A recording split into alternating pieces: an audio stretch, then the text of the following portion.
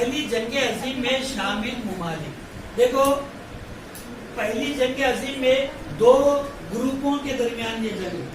تو پہلا گروپ دوست ممالک کا کہلاتا ہے اور دوسرا گروپ جو تھا وہ تھا مرکزی اتحاد، ہے نا.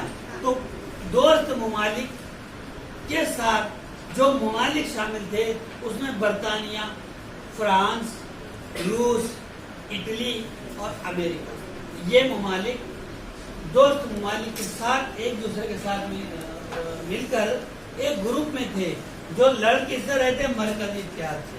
ان کی جنگ کس کے ساتھ تھی؟ مرکزی اتحاد کے. مرکزی اتحاد میں جو ملک شامل تھے وہ تھے جرمنی، آسٹریا، ہنگری، ترکستان، سلطنت عثمانیہ. یہ ترکستان جو ہے یہی سلطنت عثمانیہ تھی اور اس کے بعد میں بلغاریہ. یہ 1 2 3 4 اور 5 ممالک ادھر سے تھے اور 5 ممالک ادھر سے تھے. اس طرح سے ان کے درمیان یہ پہلی جنگ عظیم میں یہ لوگ شامل